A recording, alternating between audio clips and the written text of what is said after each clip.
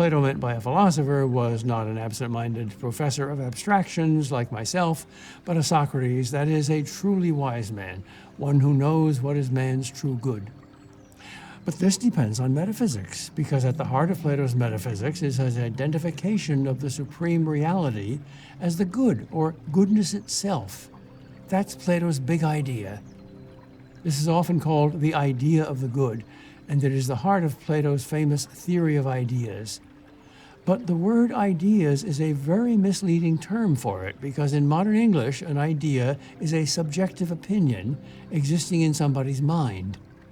But what Plato meant by his ideas are objective realities existing independent of minds, like justice itself, courage itself, human nature itself, triangularity itself, greenness itself, two-ness itself, hoarseness itself.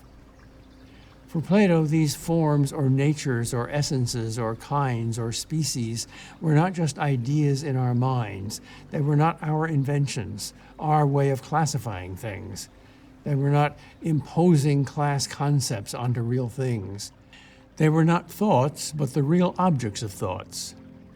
Nor were they merely the imperfect and changing qualities of imperfect and changing material things, like the redness of red roses, or the triangularity of teepees and pyramids, or the humanity of imperfect humans.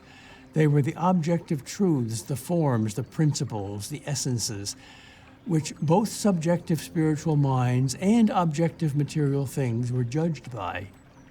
One pyramid could be more triangular than another, and one person's idea of what a triangle is could be truer than another's, only because there was an absolute, perfect triangularity that was the standard and touchstone for both. And that also explained why both minds and material things could meet in knowing, because the same light of eternal truth shone on both changing minds and changing things, because the same divine design could be found in both human minds and in the universe. That's why our intelligence discovers intelligibility, why when we look at the universe we see all kinds of intelligible order. We find something spiritual, something on our level, something akin to mind, not just blind matter. Plato's basic argument for the existence of these Platonic ideas is quite simple. We do, in fact, know and judge changing and imperfect and material things by these unchanging and perfect and mental standards. If they're only our own invention, then these judgments are not objectively true. But they are, or can be, objectively true.